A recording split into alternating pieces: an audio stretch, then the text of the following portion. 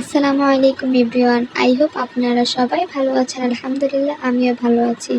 তো আজকে আমি শেয়ার করব আপনাদের সাথে মাংস কীভাবে রান্না করতে হয়। আমি যেভাবে মাংস রান্না করি সেটি আপনাদেরকে আজকে দেখাবো। তো আমি মাংসগুলোকে ছোট ছোট কুচি করে কেটে নিব, যাতে মশলাগুলো যায়। বেশি বড় করে দিলে মশলা যায় না অথবা সিদ্ধ হয় না, এরকম হয়। সেজন্য আমি ছোট ছোট করে কেটে নিব। তো এখানে পেঁয়াজ কুচি, রসুন কুচি একসাথে ব্লেন্ড করে নিব। দারচিনিগুলোও সাথে দিয়ে দিব।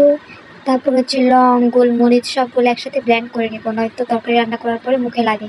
তাই আমি সবগুলো একসাথে মশলা ব্লেন্ড করে নেব। ব্লেন্ড হয়ে গিয়েছে। তো মাংসগুলো আজকে আমি প্রেসার কুকারে রান্না করব। কেটে রাখা মাংসগুলো দিয়ে দিব প্রেসার কুকারে। তারপর এখানে ব্লেন্ড করা মশলাগুলোও দিয়ে দিব। তারপর পেঁয়াজ কুচি দিয়ে দিব। তারপর আমাদের গাছে তেজপাতা, এটা দিব। এটা শুকিয়েছি, শুকানোর পর এই কালার হয়েছে। তো তারপর রাঁধুনি মশলা কিনে নিয়ে এসেছিলাম 20 টাকা দিয়ে, ওটা একবারে দিয়ে